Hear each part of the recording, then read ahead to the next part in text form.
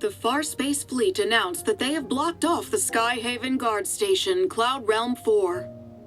Fleet authorities haven't disclosed the reason behind this. Instead, they have advised civilians to avoid the airspace around the island until further notice. The holographic screen displays an aerial view of the island. I hold my glass of water and absentmindedly tap it while I watch. Blocking off a guard station isn't a small matter. Is the Far Space Fleet doing something with the ether core again? Caleb must know what's going on. I'll just ask him.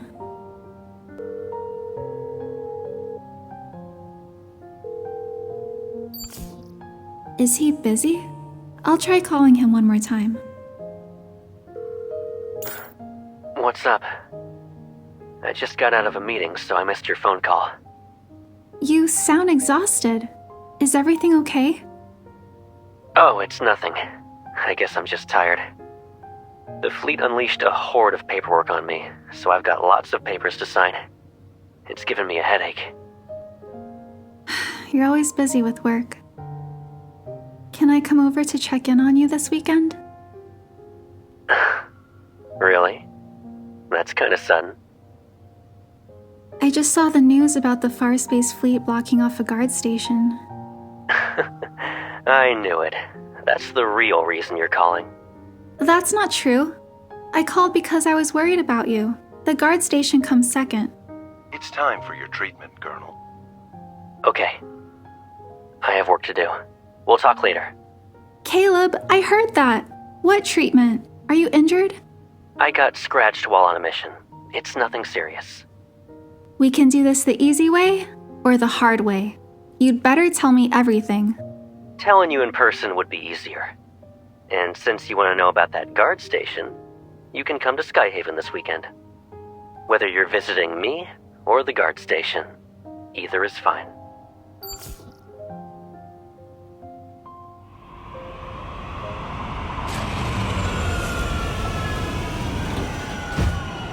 The Column Express cuts through sunlight as it arrives in Skyhaven. I pull my suitcase toward the hovering aircraft by the plaza. I quickly look around and spot Caleb in the distance. He's standing near a billboard, his eyes on his phone. He's here to pick me up, but he's not even paying attention. I take a roundabout path to sneak up behind him. I raise my right hand and... We're playing hide and seek already. He catches my wrist and turns around to face me. He leans against the aircraft. Having foiled my attempt to surprise him, he gives an amused smile. You caught me again, lame. I pretend to sulk, but then I notice something white wrapped around Caleb's left wrist.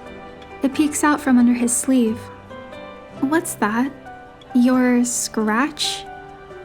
I lift Caleb's hand and roll up his loose sleeve to reveal layers upon layers of bandages underneath. You're doing an inspection now? Here? That's not a good idea. You call this a scratch? Caleb, you're in big trouble. I glare at him before moving to check his modified right hand. This is fine. A doctor already treated the injury. His arm slips from my grasp. In one fluid motion, he pulls me close so I'm pressed against his side.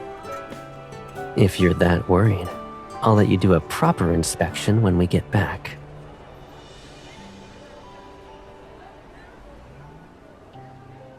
The flight with Caleb passes in silence. I'm not giving him the cold shoulder. It's just that his communication device hasn't stopped buzzing during this short flight.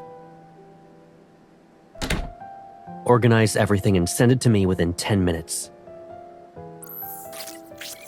After changing into slippers, he walks to his desk in the study. The fleet's dedicated communication screen lights up in response. Give me 30 minutes, okay? I give him a resigned okay sign and head back to the living room. I spot a half-finished aircraft model on the coffee table. This guy might have landed, but his head is still in the clouds.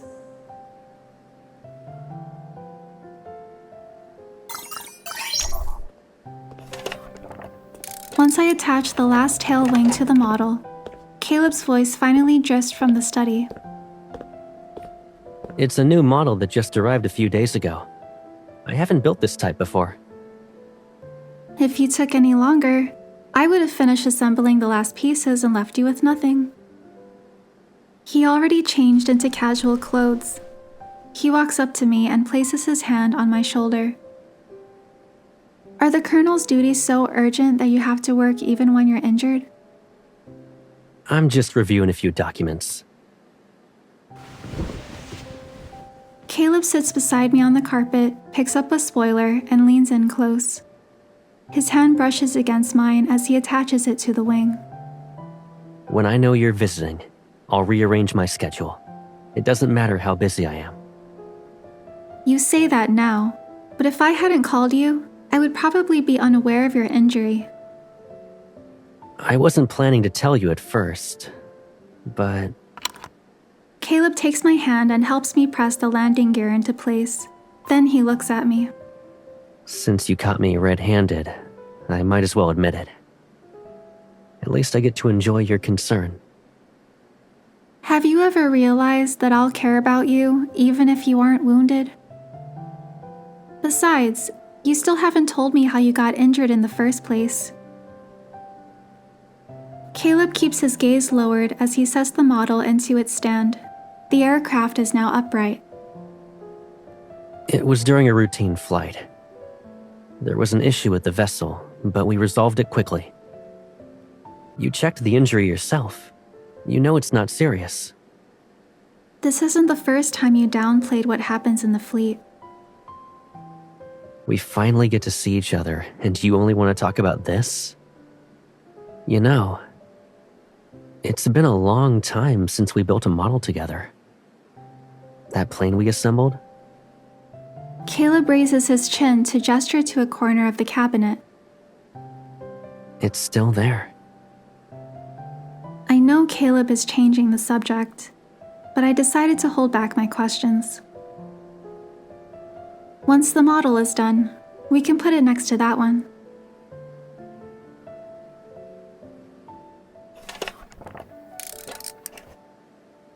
After adjusting the wiring and batteries, I flip the switch.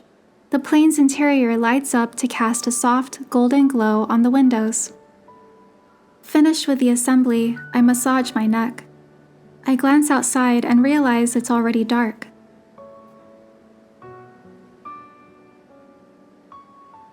What would you like for dinner?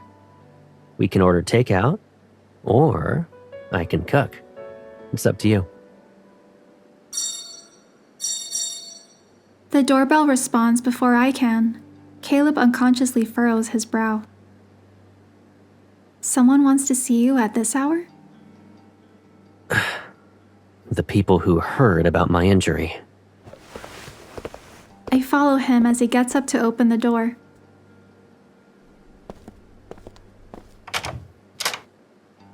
Outside the door stands a middle-aged man wearing a uniform. There's also someone I know very well, Liam. The Bureau of Security heard that the Colonel suffered a minor injury. I'm here to check on you, and it just so happens that I ran into Adjutant Liam on the way. It's nothing serious, Director. I appreciate your concern. They enter the living room, and their gazes inevitably fall on me. And this young lady is? Caleb moves to shield me from their view. Understanding his intention, I give them a slight nod before heading to the study. As you can see, I can't be a proper host today, Director. Once I close the door to the study, Caleb's icy tone gradually becomes muffled. I walk over to the bookshelf and start to scan through it. Maybe I'll grab a book to pass the time. As my fingers trail along the book's spines, a thick stack of envelopes in the corner catches my eye. I'm about to touch them when the topmost envelope falls. I bend down to pick it up. To Rachel. It's in Caleb's handwriting. The unsealed envelope contains a single, thin sheet of paper with a short message. If I don't return home this time, promise me you'll take care of yourself and eat properly every day, even when you're alone. This was when Caleb was still at Aerospace Academy.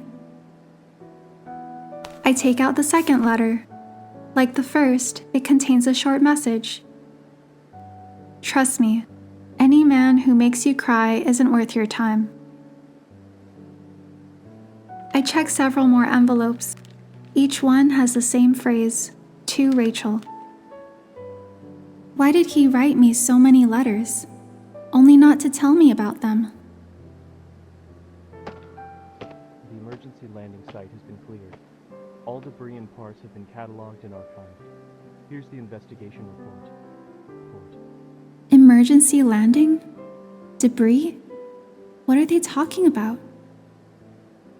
The footsteps stop outside the door, and I find myself leaning closer so I can listen. The proto-field anomaly caused by the vessel's emergency landing is still present. Other than that, no abnormalities were detected in Cloud Realm 4. Got it. Keep an eye on the old guard. Don't let them use this situation against us. Understood. I'll let you get some rest now, sir. They blocked off Cloud Realm 4 because of a patrol vessel's emergency landing. Caleb was on a mission in the Deepspace tunnel recently. Is it related to his injury?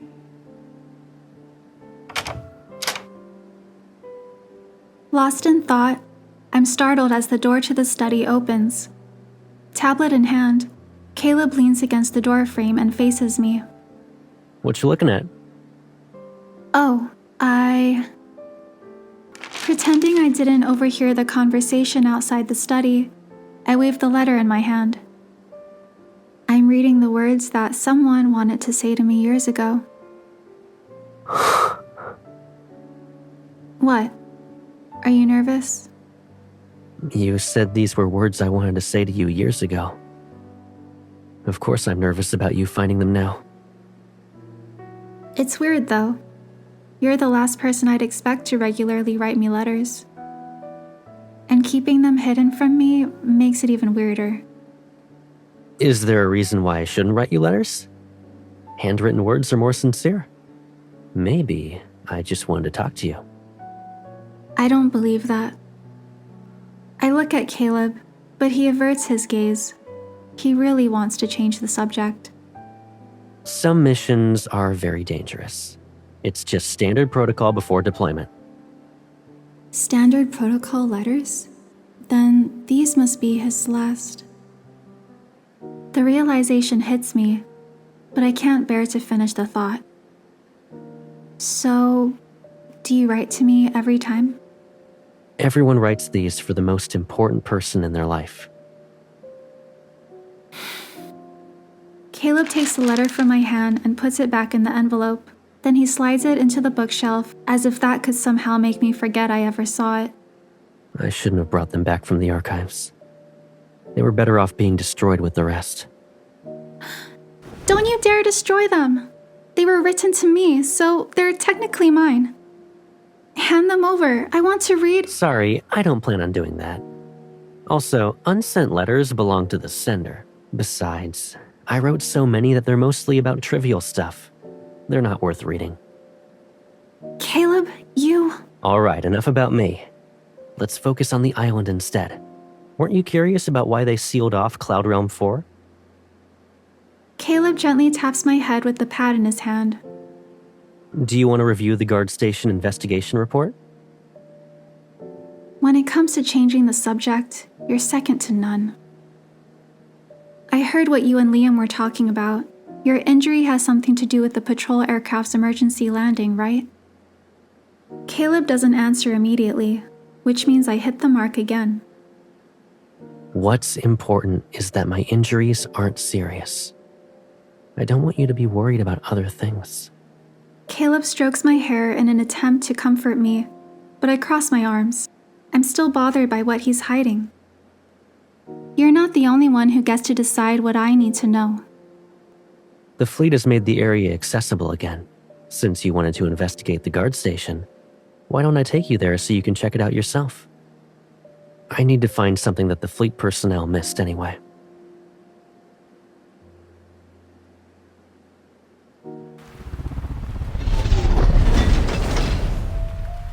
Our aircraft makes a smooth landing at the guard station despite the rain. I look out the window and watch the raindrops trail down the glass. Metal debris lies scattered in the wild grass before us. As the cabin door opens, I leap so I'm right under the umbrella Caleb holds out. The fleet personnel have already done a round of cleanup. But there's too much to deal with. It'll take a few more attempts before we can restore this place to how it was originally.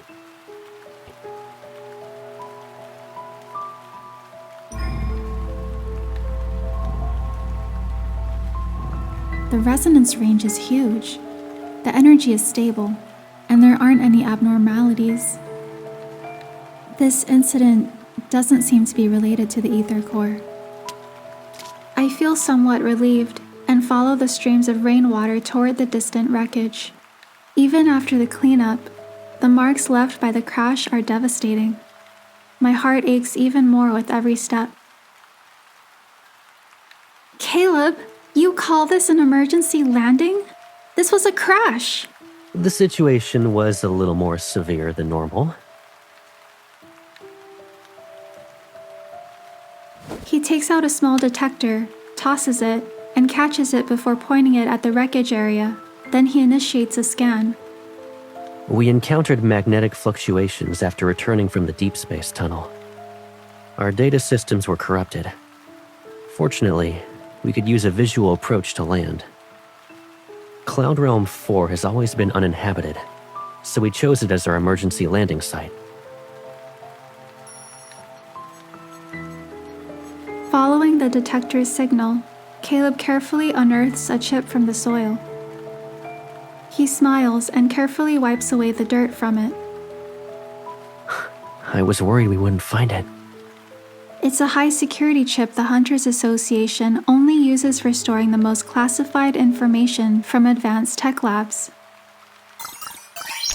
Caleb takes out his fleet communication device and accesses the interface to read the chip. When the screen shows that the data retrieval was successful, he lets out a quiet sigh of relief. A small hologram quickly appears above his watch. It shows me running into Caleb's arms with a bouquet of flowers. My photo? You used a chip with that level of security clearance to store that? There's more. Photos of you, as well as pictures of us, are backed up on this. If something happened, I'd be able to see you one last time. The hologram looks real. I slowly reach out to touch the shimmering light and imagine Caleb looking at these photos. Would he be in the cruising aircraft's break room, or a quiet corner with a window that could let him see the stars? He switches off the hologram and carefully inserts the chip back into his communication device. What are you thinking about? I thought about how I almost lost you again. I'm also wondering if you left any messages for me before that mission. It was just a few words. You've seen them before. The rain begins to let up, and a blanket of mist surrounds the guard station. We're just a few steps away from the edge of Cloud Realm 4. Layers of light gray clouds extend beneath our feet. The aircraft's tail wing lies broken at the cliff's edge. Part of it has already fallen into the abyss. Caleb, I know you. Even though you said that, I'm certain you put your heart and soul into writing them every time. Not necessarily. It just became a habit. Whether it's writing messages or looking at photos. After adding them to my daily routine, I slowly learned to live with the possibility of accidents. I imagine the day of the crash, that massive aircraft plummeting from deep space with Caleb trapped inside. Are you sure it's a habit and not you becoming numb to almost everything? It's all the same. At least it helps me stay calm when there's a crisis. It's okay. No matter what happens, I want to return just as much as you do. His comforting words do little to ease my doubts. I don't understand how he can talk so casually about something that could cost him his life. Caleb, it's been a while since we took a picture together, right? Since you often look at photos, we should take more of them. I hold up my phone and ensure the camera has us both in the shot. It'll remind you that someone below the skies hasn't gotten used to saying goodbye.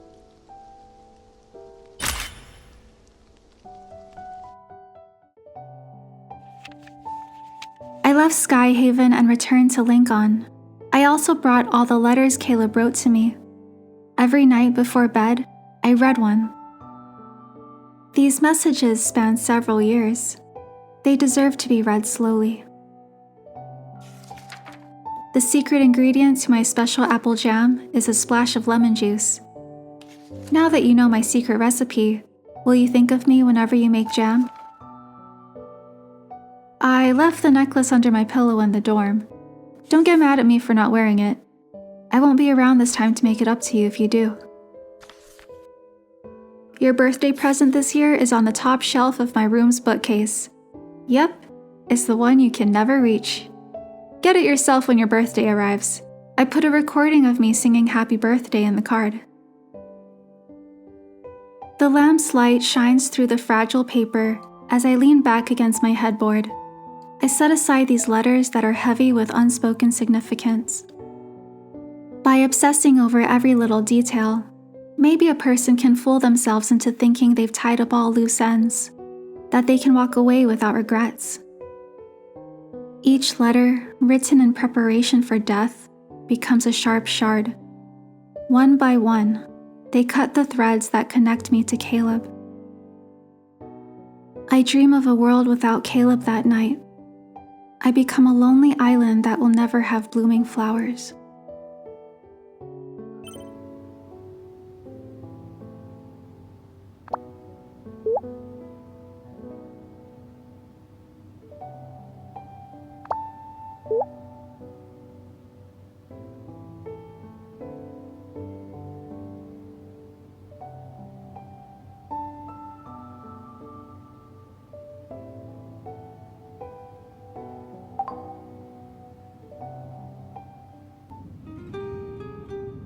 That weekend, Caleb picks me up from Lincoln as promised. But after we board the aircraft, he steers the vessel away from Skyhaven's main island. The fleet's messages appear several times as usual, but Caleb ignores every call today. He eventually cuts off the signal. Have the old guard been giving you trouble since then? What about your injuries? Have you made a full recovery? Do you still have annoying paperwork to sign? If you really want to know, I'll tell you everything when we get back. Right now, I just want to be the Caleb who's by your side. I rest my arm near the window and watch the clouds rush past like a flowing stream. Where are you taking me? We'll be visiting a world that belongs to just the two of us. I'll perform a magic trick for you. We're almost there.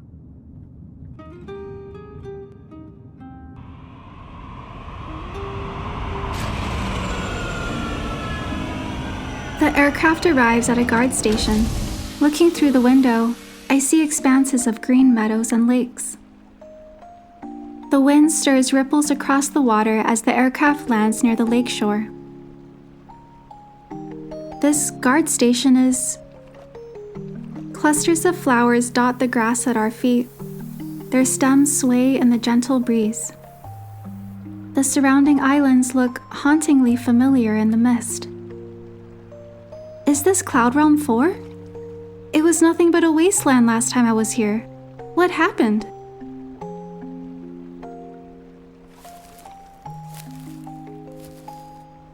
Caleb takes my hand and leads me to the lakefront. A According to the fleet's report, the area's protofield was affected when the vessel crashed. It somehow allowed grass to grow here. But I think it's because spring has arrived in Skyhaven. So technically, it can't be considered your magic trick. Light sparkles between water lilies as he leads me to a short tree that reaches out toward the lake. Yeah, making the wasteland bloom was the protofield's magic trick. But making these flowers bloom in your world, that's the magic trick I'm about to perform.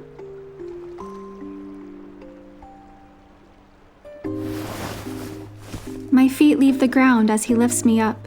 He sets me down on a fallen tree trunk that stretches over the lake. Will you wait for me here? Before I can answer, he quickly disappears behind the flowers in the distance.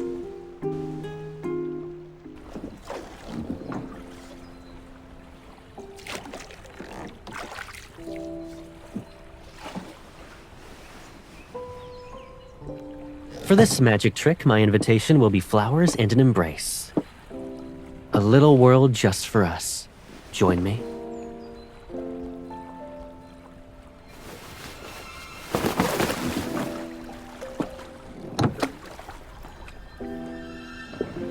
I've been wanting to take you away from that chaotic world for a long time.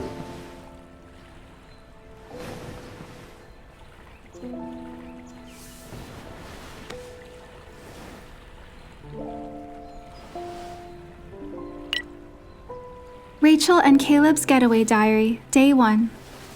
I guess we need a proper ceremony to celebrate this. Surely you have more tricks up your sleeve. You're a magician after all. Stay tuned. Let me think.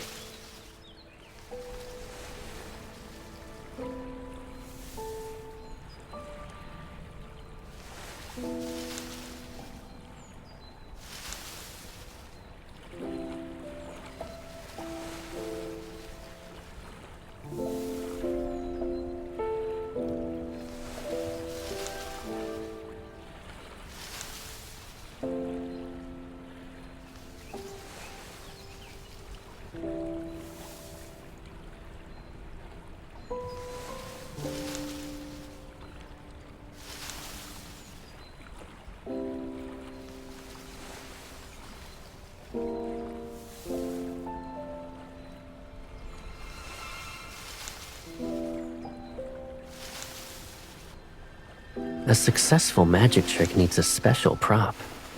A third-rate magician always prepares excuses. Let me show you a flower magic trick. Caleb, this better not be a prank. We're in the middle of my magic trick.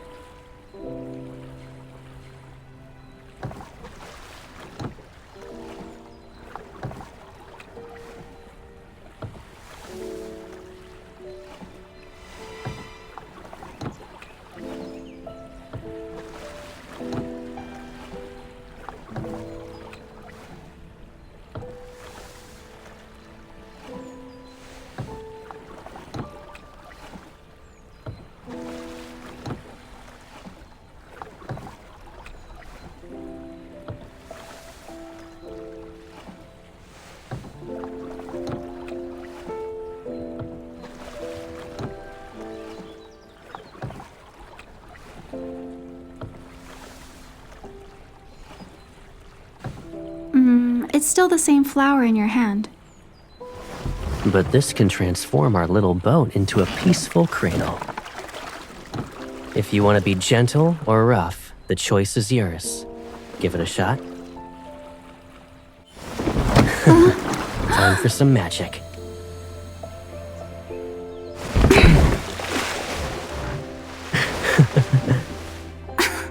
Using your evil is cheating, you sly dog.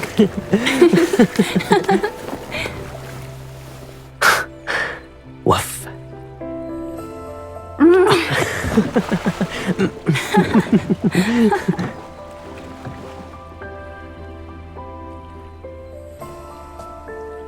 On the first day of our getaway, I discovered that Caleb had turned into a dog.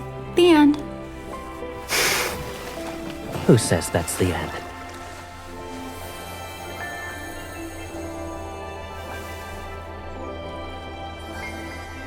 The diary's true ending is... fallen airplanes become cradles, new sprouts grow from barren earth. And... from now on, flowers will always bloom in your little world.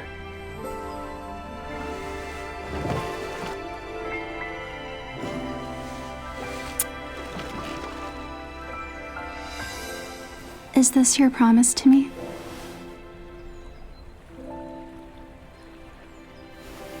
Yes. Returning to this world with you by my side.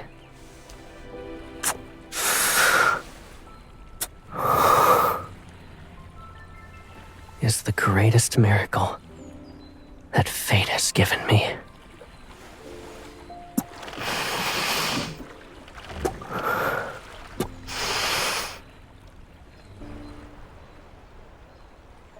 I rest in Caleb's arms as our small boat gently rocks.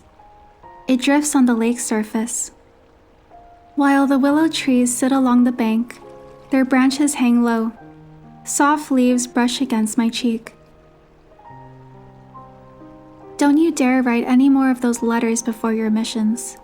No matter how detailed your instructions are, I won't follow them. Why are you so bossy? I have to be when it comes to you, Caleb. Then, that special apple jam. It's okay if you never learn how to make it. Whenever you're craving it, just stop by my place. I'll make it for you.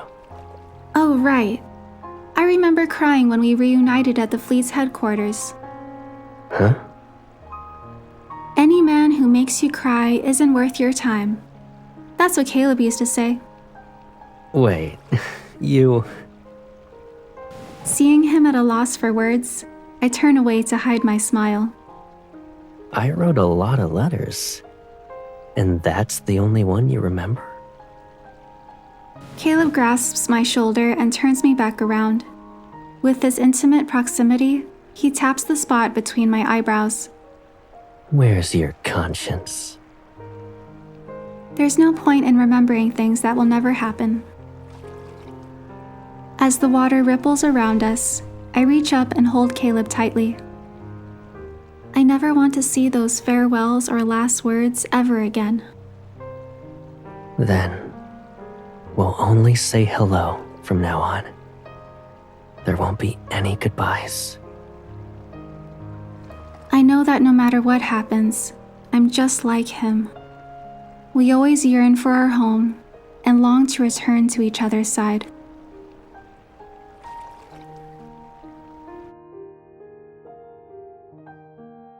At this distance, Caleb's gaze bridges the smallest of spaces that contains the bottomless depths of one's emotions. He's focused on the person in his arms. He remembers the endless darkness of the Deepspace tunnel. Just when he thought he would fall into that void, he found himself embracing someone who rushed to him with flowers in hand. She has beautiful eyes. He lost himself in them and forgot about the boundaries of time and space.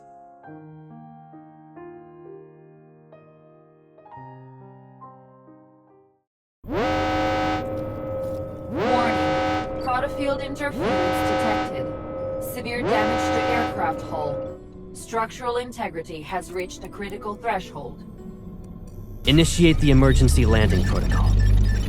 Colonel, I can handle this. You should... Don't make me repeat myself. Safety protocols have been activated. Set emergency landing coordinates within 30 seconds. As violent tremors threaten to turn the world upside down, Caleb concentrates. His fingers fly across the control panel.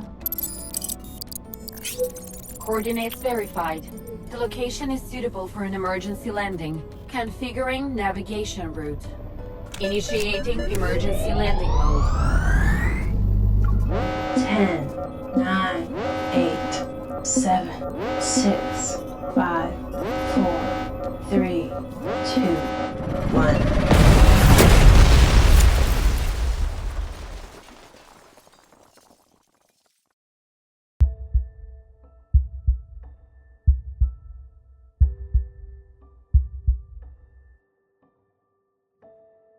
Please, let me return to you once more.